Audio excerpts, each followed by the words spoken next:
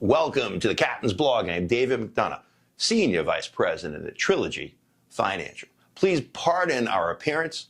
The new flagship powered by Trilogy is still under construction, but the market and the blog must go on. On this blog, we try to take what's unnecessarily complicated out there on Wall Street, make it understandable to you on Main Street. We finished last week flat, up 2% for the month of August, up 10% for the year. Now, why? Again, fundamentals, corporate fundamentals are strong. Also, the Fed came out last week and became dovish.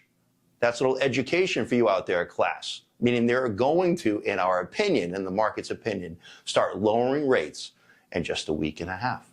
But we're going into September, which is historically a rough month, volatile month.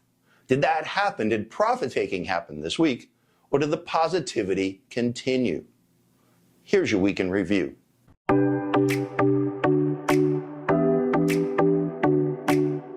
So we came in on Tuesday to the news that the tariffs are illegal. Let me see if I have this right. The market sells off on that news, but also sold off in April when tariffs were announced. I'm going to attribute it to profit-taking. Remember, folks, the market is priced to perfection, in our opinion, and again, is at an all-time high. Then we saw ADP numbers, jobs numbers come out below expectations. And this morning, Friday, again, jobs numbers below expectations, only 20,000 created. The market expected 75. Yet the market is rallying on that news, folks. Bad news is good news. Why? Again, it gives the Fed leverage, coverage to lower rates. But I'm of the opinion that is already priced in to the stock market. It's called sell the news and buy the rumor. Be careful. Do not chase out there.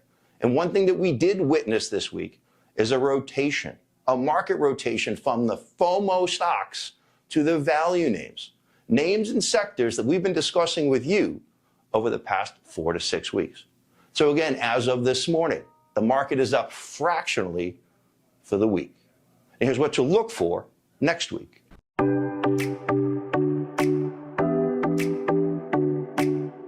So again, between here and I believe it's September 17th when the Fed meets and comes out with their expected decision, the market will be paying attention to inflation numbers, retail sales, you as the consumer. So again, with this market at an all-time high, take this as an opportunity to rebalance your portfolios and be patient. Don't be part of that FOMO crowd. Here's your personal finance tip of the week. A number of you out there have it in your head that the Dow is the market. The Dow Jones is 30 stocks. And Gavin, my son out there, you know this to be true. My son failed this question on a test. I'm here educating you out there. I need to start taking of the home front. Just this week on Wednesday, 9 of the 30 stocks were down, and the Dow Jones of the market was down, even though the S&P 500 and the NASDAQ tech stocks were up.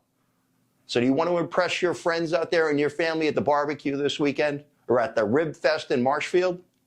The market, a better indicator, is the S&P 500. And lastly, anecdotally maybe, but for the first time in 31 years, we're seeing a number of you out there taking money out of your IRA accounts. If you're under 59.5, there's a 10% penalty, Fed taxes, state taxes. There are better ways to get money in your pocket. Look at equity lines, personal loans. Again, consult your local financial advisor for more details. So thanks again for checking in. We'll see you next week on the Captain's Blog.